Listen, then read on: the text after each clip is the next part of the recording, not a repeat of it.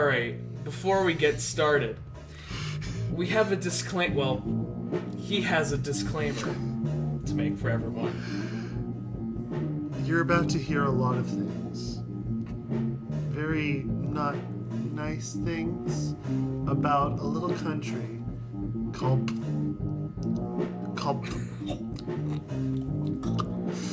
Belgium. Excuse me. Throughout the universe, there is one word so incredibly vile that the meaning behind it is so disgusting that it is banned in nearly every planet in the entire universe except one, where they don't know where it means. That is our planet. And that word is Belgium. I don't mean any harm or ill will to the people of Belgium. Just the country, the government, the history, the place, how it worked. Nothing to the people. But what you will hear me say in this video is not the opinion shared by this beautiful boy sitting next to me. And I don't hate Belgium at all, really. I really don't. There's just something about that. But then, I remember that Belgium gave us really good waffles and really good beer and extreme amounts of colonial. Don't take me, some dumb American, at all seriously. Thank you for your time. Well, if that didn't make Le Cocardie, then I don't know what will. You'll get to that in a minute. Let's get into let's do it. Okay. Let's get into the content. Careful. God. Let's just do this. All right. Okay, kids. All right. Hey, everybody. Welcome to here we are for another episode. This time instead of doing some conlang stuff, we're gonna be moving on into some different juicy content. This time on a very, very disturbing subject, and that is the linguistic diversity of Belgium. Today we are joined by fellow Schwa boy Chris. Hello. And then several mysterious figures in the background. Disembodied voices. Yeah, they're just disembodied voices. We don't talk to them. No, we don't. We don't talk to them. Being that I do not speak any of these languages, I'm gonna let Chris do the pronunciation. Speak one of them, and for my Dutch family who will not watch this, please forgive me. We can change that. So, linguistic diversity of Belgium. Taalverscheidenheid van België in Dutch, which I totally butchered. Diversité linguistique de la Belgique in français. Sprachliche Vielfalt van Belgien in German. And I also butchered that, and I studied this language in school. So, yay me! Beautiful, we're doing great. So great. Okay, so here you see, kids, a map of Belgium. It's a beautiful little Western European country. Smacked in between the Netherlands, France, Germany, and in the little corner bordering Luxembourg. That's right. And if you look you got some color coding going on here, and this is where things take a dark turn. You see on this northern part that's all in yellow, except for that little chunk in the middle, that area speaks Dutch. Known as Flanders or Vlaanderen in Dutch. Correct, except for that little stripy hole right there, which is the capital. Brussels. Yes, indeed. Then you have that juicy red area down in the lower part. And that area is Wallonia. Or Wallonie in French and Wallonien in German. And then you have that little tiny blue chunk in the right corner, which is just an insult from World War I. Called the Deutschsprachige Gemeinschaft, or the German-speaking community. But it gets worse. So, we need to ask ourselves, how did we end up here? How did this happen? Why does Belgium exist? Why? Why? There's really three main chunks to this whole situation. Mm-hmm. And it gets much worse the deeper you look. So much worse. So here you have Flanders, or the several other pronunciations that only Chris knows. Vlaanderen, Flandre, and Flandern.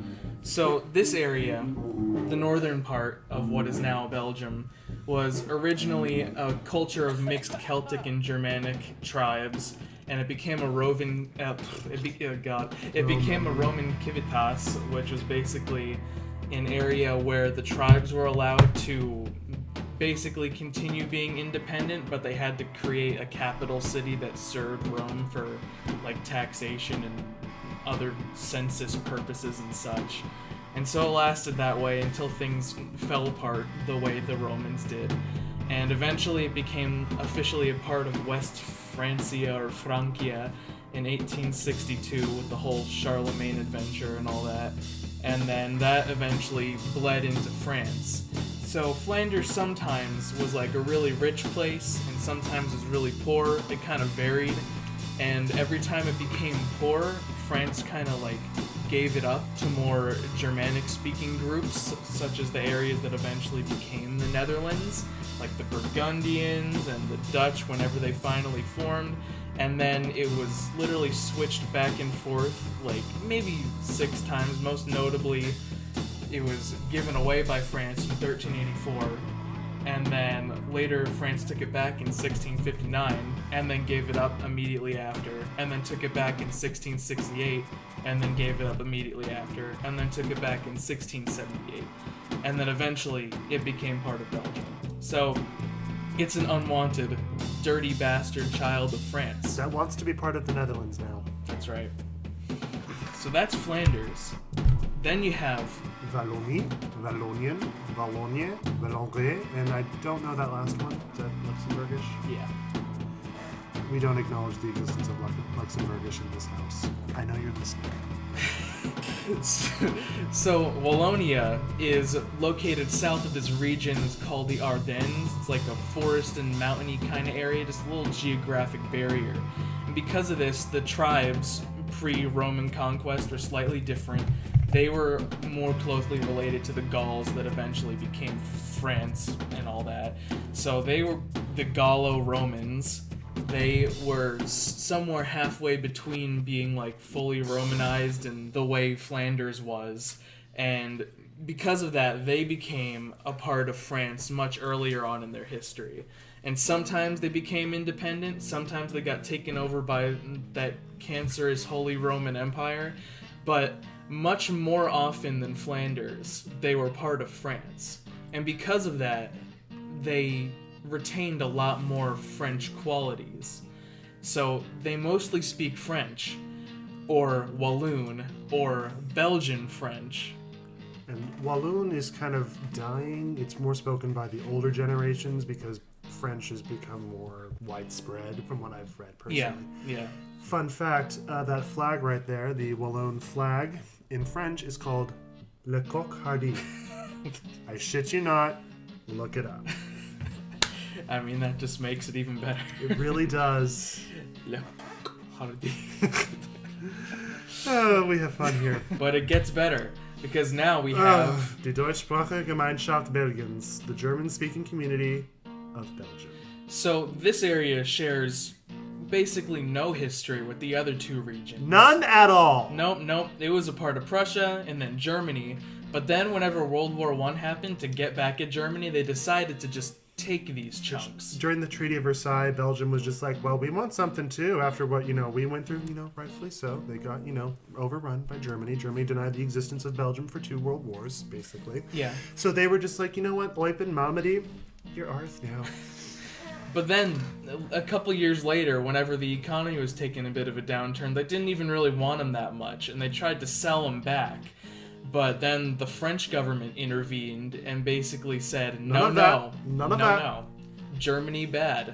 You die. And so they kept those little chunks of Germany, and they stayed part of Belgium to this day.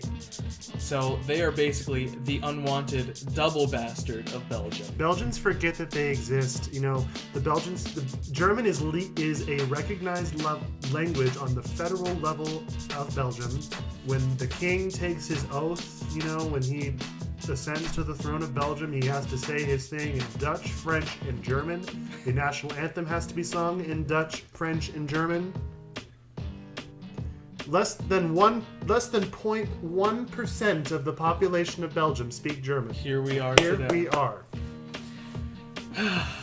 So, now, there's a lot of ways to, say things in Belgium, because there is no Belgian, because not only are there Dutch, French, and German, but there's others.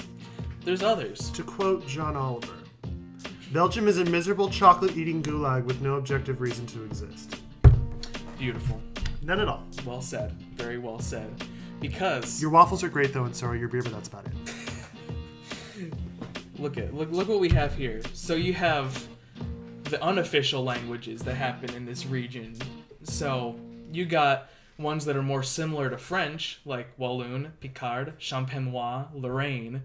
You have more German and Dutch related ones, like Flemish, Limburgish, Low Deutsch, Luxembourgish, and technically Yiddish.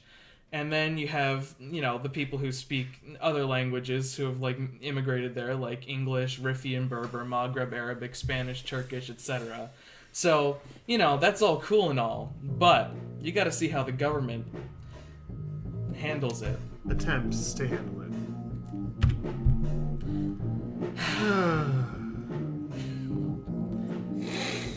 Yeah. It's bad.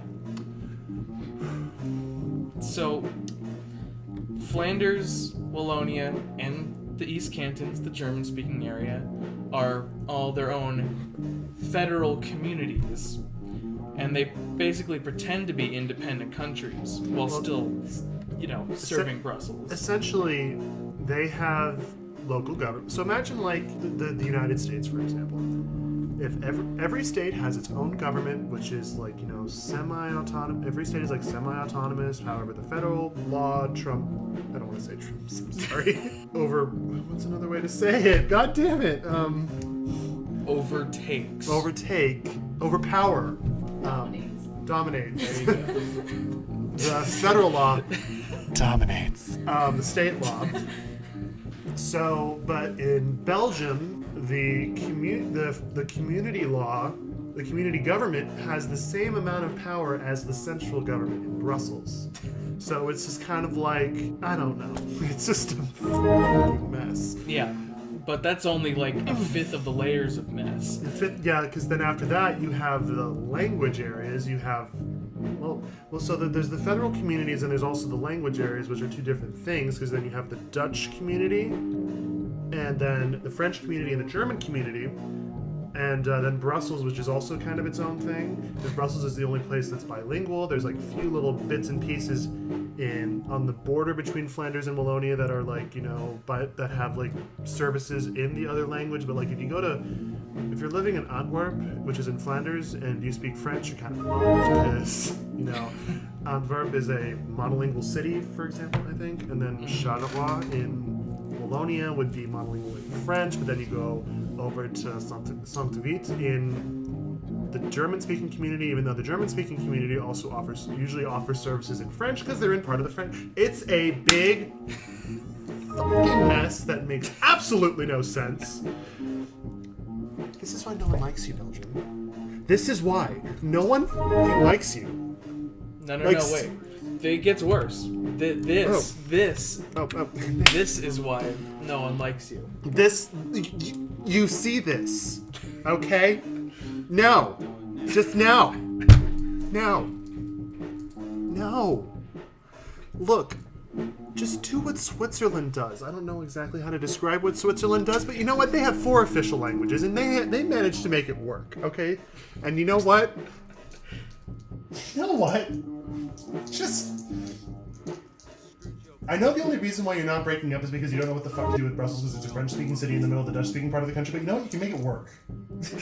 Somehow. Because the world doesn't need you. Except for, the beer and the waffles. I'm sorry, I was raised... I have a Dutch step family, so you know what? This just kind of was drilled into me. Brussels is a beautiful city. I'm sure it is. They have the only monument in the world that's a little boy pissing. So...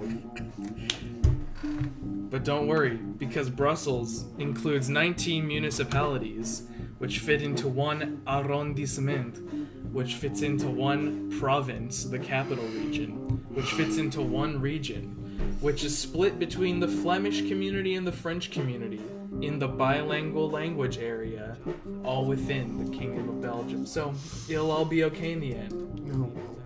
It won't. It won't. It really won't. Especially if you live here in this place pronounced Liège. in Liège, and they could have, just Giving it back to Germany. Yeah, for a quick buck. Just a couple dollars. The Germans did try to take it back. Not only that, but there's also a chunk called Luxembourg, which is even bigger than the actual country of Luxembourg, but it's actually, just in Belgium. Yeah, it's in Belgium. Why? Just why? We're gonna give you some time to think about this. I'll say go to Brussels, but other than that, avoid this miserable little country like the plague. Go to Switzerland instead. It's basically the same thing as Belgium, but you know what? They actually know how to do shit.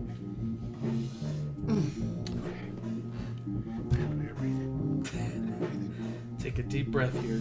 We're gonna survive. We're gonna survive. That's the end.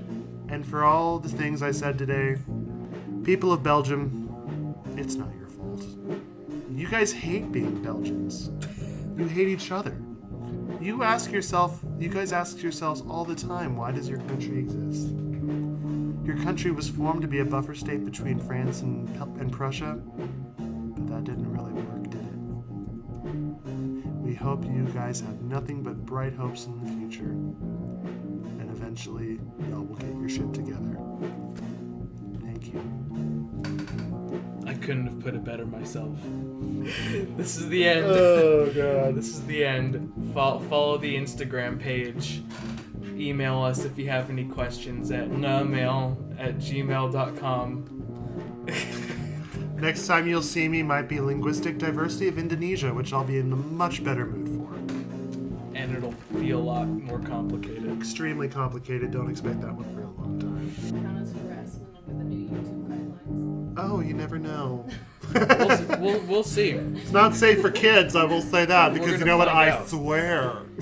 It's not like my translation of famous TV scenes are, monetized or anything, because YouTube saw those immediately. Hate on Belgium. It's true. Look, it's not. Flag we're- We mean no ill to the people of Belgium, and this should not be seen as a act of aggression towards the Kingdom of Belgium, which is a member of NATO and the European Union and a strong ally of these United States of America. And help me out here. This video is not made or suited for children. Or sponsored in any part by the United States government.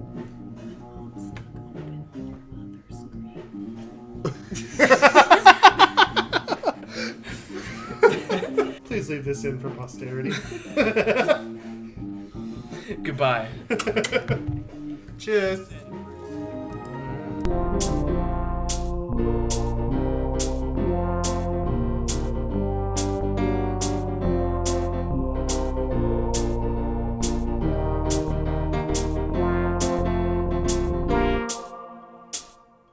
Weil Fault von Belgien. You want to say that again for the camera? No, I'm good. Check the hair. Make sure everything's okay. Hey.